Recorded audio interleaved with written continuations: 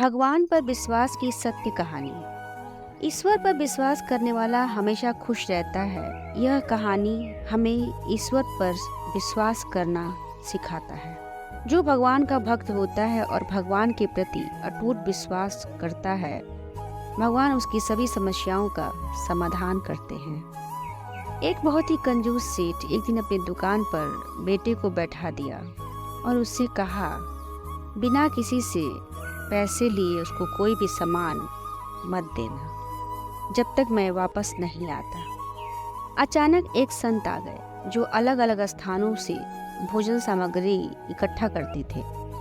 संत ने सेठ के बेटे से अनुरोध किया कि वह उन्हें थोड़ा सा नमक दे दे। बेटे ने संत के लिए डिब्बा खोलकर एक चम्मच नमक दी। जब सेठ वापस आए तो उन्होंने देखा कि डिब्बा खुला हुआ था। सेठ ने पूछा कि उन्होंने क्या बेचा, तो बेटे ने बताया कि एक संत जिनका आवास तालाब के पास है, उन्हें एक चम्मच नमक दिया था। इसके बाद सेठ ने संत की ओर बढ़ते हुए कहा, तब तक संत भगवान के भोग को तैयार करके खाने के लिए तैयार बैठ।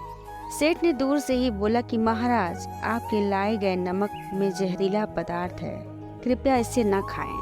संत जी ने कहा, सेठ जी, मैंने नमक को भोजन में मिला दिया है और प्रभु को भोग लगा दिया है, इसलिए अब मुझे भी खाना अनिवार्य है।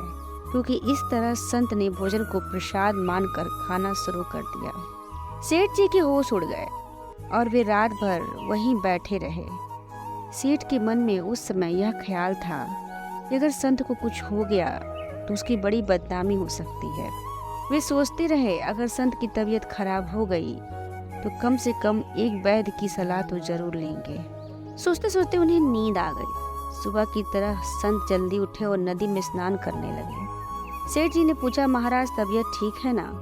संत ने मुस्कुराते हुए कहा, भगवान की कृपा है। इसके बाद वे उन्होंने पूजा करने के लिए मंदिर जाने की यात्रा आरंभ की। जैसे ही संत ने मंदिर का प्रवेश किया, उन्होंने देखा कि भगवान की मूर्ति के 2 टुकड़े हो गए हैं और मूर्ति का शरीर काला पड़ गया है।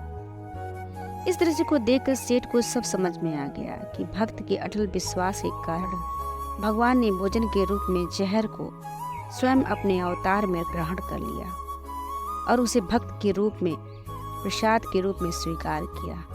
इस घटना के बाद सेठ ने तुरंत अपने बेटे को दुकान की जिम्मेदारी सौंप दी और स्वयं संत की शरण में आकर भगवान की भक्ति करना शुरू किया। इस चमत्कार का भगवान पर विश्वास की सत्य कहानी से हमें सीख मिलती है कि भगवान पर अटूट विश्वास होना चाहिए।